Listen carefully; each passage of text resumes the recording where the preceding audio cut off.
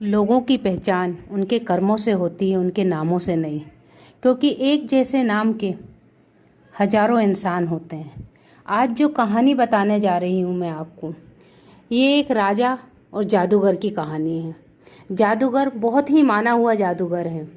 एक दिन राज दरबार में उसको बुलाया जाता है कि आकर अपना जादू दिखाओ।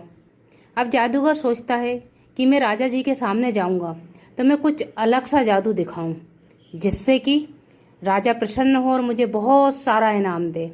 जादूगर बहुत सारी आशा, बहुत सारी इच्छाएं लेके राज दरबार में पहुंचते हैं। राज दरबार में पहुंचने के बाद जादूगर ने ऐसा जादू दिखाया कि उसने अपने जादू से राजा साहब का मुकुट ही गायब कर दिया। जैसे ही राजा साहब के सिर से मुकुट गायब हुआ, सारे दरबारी हंसने लगे। अब ये देखकर राजा साहब को बहुत क्रोध आया और गुस्से में राजा साहब ने उस जादूगर को फांसी की सजा दे दी। कह दिया 7 दिन बाद इसे फांसी पे लटका दिया जाएगा। ये सुनकर के जादूगर को थोड़ा सा आश्चर्य हुआ, पर कोई बात नहीं। पर उसकी पत्नी ने ये बात सुनी तो वो बहुत दुखी हुई। रोते भागते हुए वो राज दरबार में पहुंची। देखी तो जादूगर को सलाखों के पीछे डाल दिया गया है।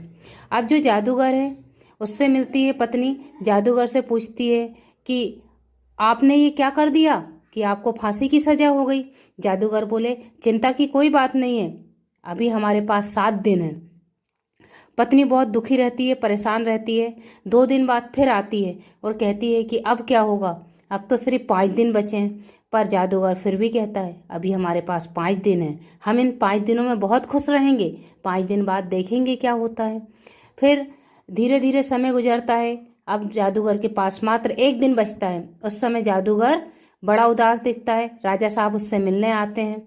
जादूगर से पूछते हैं कि तुम इतने उदास क्यों हो। बोले महाराज, मेरे जीवन की सबसे बड़ी रचना अधूरी रह गई है। अब राजा साहब पूछते तुम्हारे जीवन की कौन सी रचना अधूरी रह गई है। बोले मैं उड़ने वाला घोड़ा बना रहा था, पर आपने मुझे फांसी की सजा दे दी है। मात्र 1 साल बचे थे उसके लिए, 1 साल में उड़ने वाला घोड़ा बना लेता। अब राजा के मन में विचार आया कि अगर उड़ने वाला घोड़ा बना लेता ये, तो कोई भी राजा मुझे हरा नहीं सकता उस घोड़े में। अगर वो घोड़ा ये मुझे बनाकर दे दे तो मैं दुनिया का सबसे शक्तिशाली राजा बन जाऊंगा। ये सोच करके राजा ने कहा चलो तुम्हारी फांसी की सजा को मैं माफ़ करता हूँ और तुम्हें 1 साल का समय देता हूँ। 1 साल बाद तुम्हें फांसी की सजा दी जाएगी, जब तक तुम उड़ने वाले घोड़े को तैयार कर लो और वो मुझे दे दो। अब जादूगर की पत्नी जादूगर से मिलने आती है और बोलती तुमने ऐसा क्या कह दिया जिससे तुम्हें फांसी की सजा से मुक्ति मिल गई है। अब जादूगर सारी बात अपनी पत्नी को बताता है। पत्नी कहती है मतलब मैं 1 साल तक कुड़ कुड़ के जीऊंगी कि 1 साल बाद आपको फांसी हो जाएगी। 1 साल के लिए तुमने और ये क्या चीज़ कर डाली है, किस तरीके से हम अपना जीवन जिएंगे। पर जादूगर कहता है कि 1 साल की चिंता क्यों कर रही हो, सब ठीक हो जाएगा, देखते हैं आगे क्या होता है। समय बीतता जाता है और 6 महीने बाद राजा मर जाता है। और जब राजा मर जाता है तो काय की फांसी की सजा, कौन सजा देगा। जादूगर स्वतंत्र हो जाता है। तो अक्सर क्या होता है, हम भविष्य की चिंता में खोए रहते हैं, वर्तमान में नहीं जीते हैं। अगर हम वर्तमान में जीएंगे तो भविष्य अपने आप सुखद होगा। जो आपके भाग्य में है वो आएगा, जो आपके भाग्य में है वो मिलेगा। बस उस ईश्वर पर विश्वास रखो। आपका दिन मंगलमय हो।